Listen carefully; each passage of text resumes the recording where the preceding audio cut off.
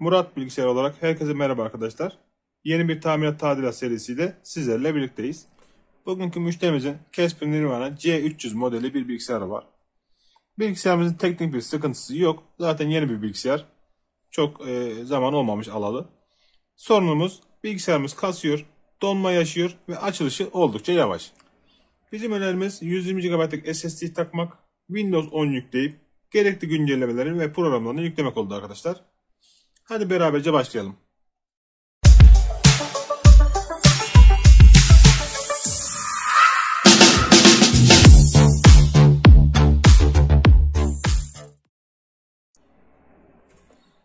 Bilgisayarımızın alt kısmında büyük bir kapağımız var arkadaşlar.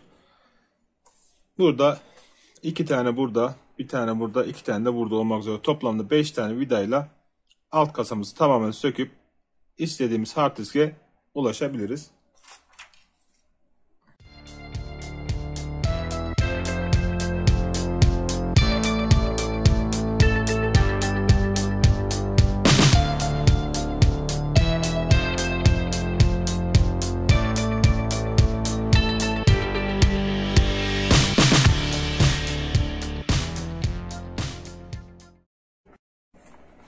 Bu hard diskimizi parmağımızla hafiften bir güç uygularsak yerinden çıkacaktır. Herhangi bir vidası yok. Sadece altında koruyucu bir alüminyum var. Bunu sökersek yeni takacağımız hard diske de bunu takarsak herhangi bir kısa devre veya elektrik ile alakalı sıkıntılardan kurtulmuş oluruz. Takmamızda fayda var, yani takabilirsiniz.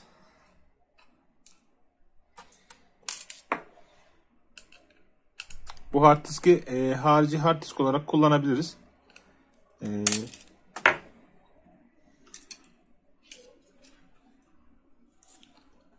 Bunun da detaylarını isterseniz arkadaşlar diğer videolarımıza bakabilirsiniz. Bunun nasıl harici hard disk yapabiliriz? Bu konuyla alakalı da bir video çekmiştim. Kanalımda mevcut. İsteyen arkadaşlar oradan bakabilirler. Şu an için bu videomuzda bu hard disk ile alakalı bir işlemimiz yok. Lexar NS10 Lite 120 GB'lık SSD seçtim bu model için arkadaşlar. Tabii siz farklı bir SSD seçebilirsiniz. Burada herhangi bir şekilde marka ile alakalı bir sıkıntım yok. Veya bir marka reklamı yapma gibi bir amacım da yok arkadaşlar. Sadece ben bunu yaptığım tarihte fiyat performans olarak hoşuma giden bir hard disk olduğu için bunu tercih ettim. Burasını kesip açabiliriz arkadaşlar.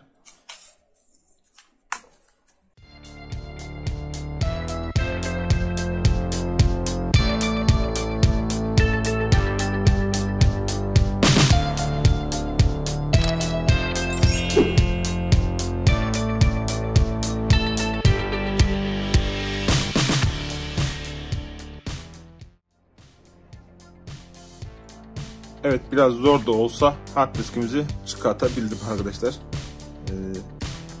Şimdi bu söktüğümüz parçayı yeni hard diskimize takalım.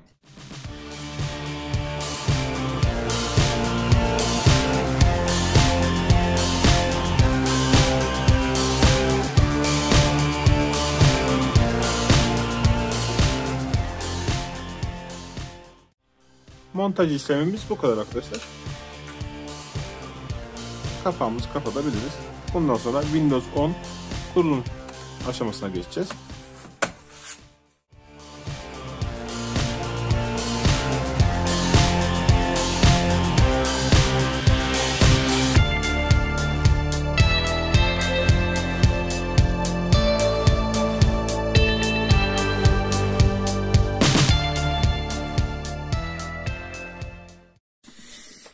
Adaptör girişimizi takıp hazırlamış olduğumuz Windows 10 flash belleğimizi, Windows 10 yüklü flash belleğimizi bilgisayarımıza takalım arkadaşlar.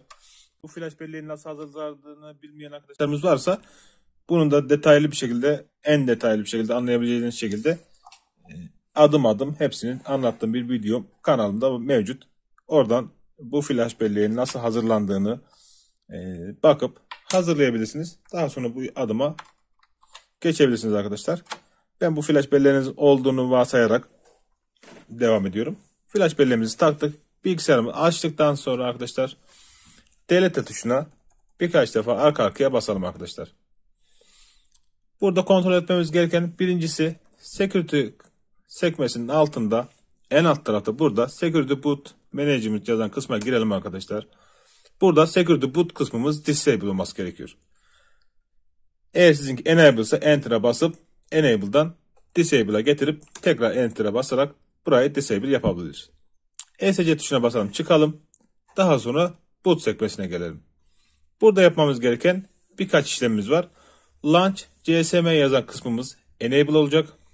Fast boot yazan kısmımız disable olacak. Burada bizim hard diskimizi ve DVD writer'ımızı zaten görüyor şu an için. Sadece bu iki kısmı, fast boot'umuz disable, launch CSM yazan kısmımız enable olacak. Bunu da bu şekilde ayarladıktan sonra eğer sizdeki farklı bir sistem varsa, enable veya disable'lar farklıysa bu şekilde ayarlayıp ayarlaması enter'a basıyorsunuz. Buradan alt tuşlarıyla enable disable şeklinde ayarlayabiliyorsunuz. Bunu ayarladıktan sonra F10 tuşuna basıyoruz. Yes tuşuna tıklıyoruz ve bilgisayarımız yeniden başlıyor.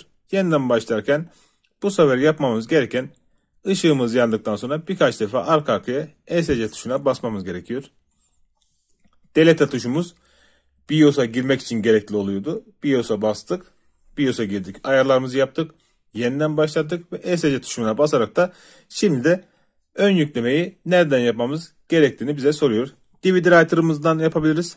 Vendor bizim flash belleğimizden yapabiliriz. Veyahut da 120 GB'lık SSD'den yapabiliriz. Biz flash belleğimizden ön yükleme yapacağımız için ikinci sekmedeki Vendor'u seçip Enter'a tıklıyoruz.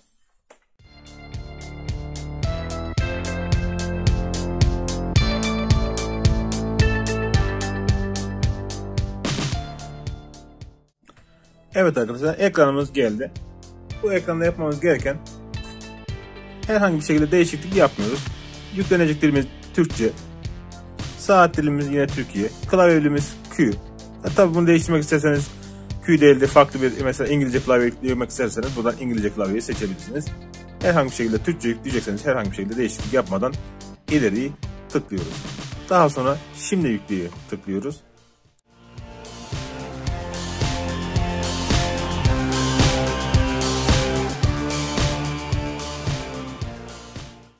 Bu ekranda arkadaşlar burada yazılım lisans koşullarını kabul etmemiz gerekiyor. Buraya tikimizi koyuyoruz ve ileriyi tıklıyoruz. Burada yapmamız gereken alttaki özel yalnızca Windows'u yükle gelişmiş seçeneğini seçmek. Çünkü hard diskimizde herhangi bir Windows'umuz yok ve biz sıfırdan bir kurulum istiyoruz. Format atacak arkadaşlar da bu seçeneği seçmesi gerekiyor. Alttaki seçeneğimizi seçiyoruz ve karşımıza hard diskimiz geliyor. Bu ekranda sizin hard diskiniz birden fazla hard disk olabilir. Burada birkaç tane hard disk görebilirsiniz. Arkadaşlar kafalarınızı karıştırmayın. Yandaki rakamlara dikkat edin. Sürücü 0, yani 0. sürücümüz sıfırdan başlıyor. 0. sürücümüzün tek parça halinde 111.8 GB'lık bir hard diskimiz var. Bunu eğer ki ben hiç değiştirmeyeceğim tek parça halinde kurulum yapacaksam direkt ben ileriyi tıklayabilirim. Fakat ben hem C hem de D sürücüsünü yapmak istiyorsam bu hard diskimi ikiye bölmem gerekiyor. Nasıl yaparım? Yeniye tıklıyorum. Bana tabi 118 GB'lık, 111 GB'lık hard diskimi gösteriyor. Tamamının boyutu bu. Ben burayı siliyorum. Diyorum ki 50 GB'lık, mesela örnek olarak vereyim.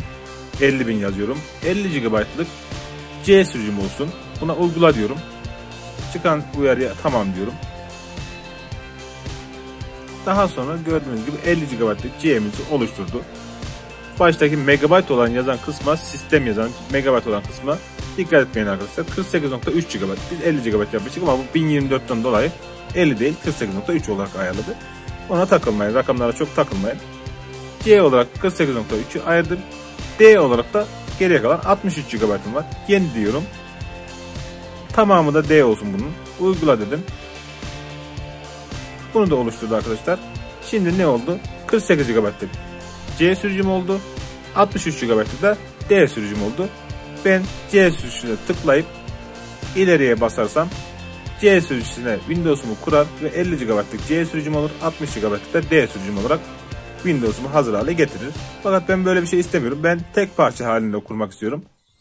Dolayısıyla size de bu ekran ilk açıldığında böyle, yani sıfır bir hard disk takmamışsınız da örneğin bir Windows'a format atmaya çalışıyorsanız C'niz ve D'niz olduğunda böyle çıkabilirdi karşınıza. Yapmamız gereken, öncelikle bütün parçaları siliyorum. Sil diyorum alttaki parçaya. Tamam dedim. Sonra üstteki parçaya tıklıyorum. Sil diyorum. Bunu da tamam diyorum. Daha sonra diğer parçaya tıklıyorum. Yani her parçaya tıklayıp sil diyorum. Tamam diyorum. Bütün parçalarımı sildim. Ve hard diskim yine tek parça haline geldi. Ben istiyorsam tek parça halinde kurarım. İstiyorsam 2'ye, 3'e, 4'e, 5'e, artık hard diskinizin boyutuna göre istediğiniz gibi kurabilirsiniz. Ben ileriye bastım. Tek parça halinde kurmaya başladım. Burada takılacağınız bir nokta olursa, yapamadığınız noktalar olursa arkadaşlar, yorum olarak yazarsanız yardımcı olmaya çalışırım.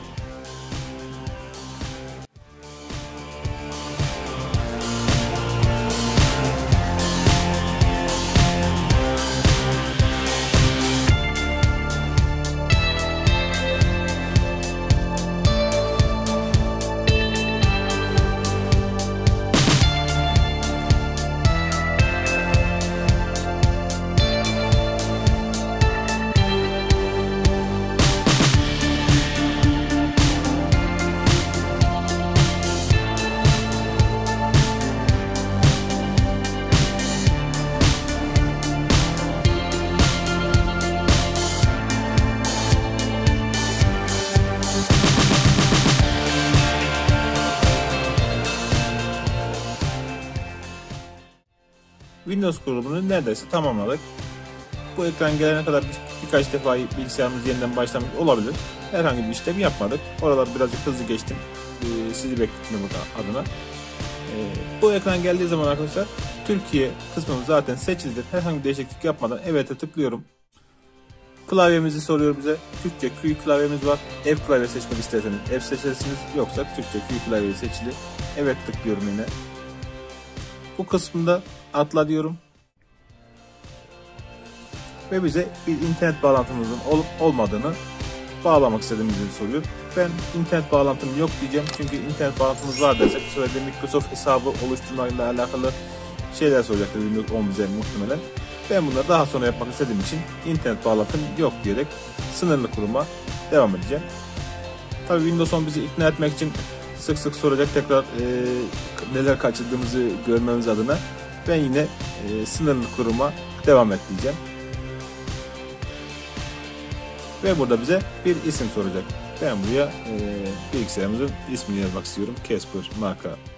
Siz buraya istediğiniz bir ismi, kendi isminizi falan yazabilirsiniz. Bilgisayarımızın ismi olacak burası. İsmimizi yazdıktan sonra ileriyi tıklıyorum. Herhangi bir şekilde parola koymak istiyorsanız buraya parola koyabilirsiniz. Ben parola koymak istemediğim için boş bırakıp ileri tıklıyorum. Daha sonra etkinlikleriniz eşitlensin mi diyor. Hayır veya evet de seçebilirsiniz. Bu tamamen size kalmış. Bundan sonraki yapacağımız adımlar tamamen kişisel kullanıma bağlantısı. Ben evet diyorum.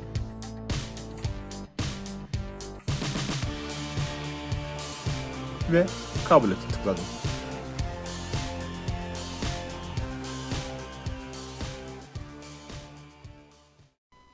Windows'umuz hazır. Bundan sonra yapmamız gereken ilk adım tüm driverlarımızı orijinal sitemizden indirerek bilgisayarımıza kurmak olacak.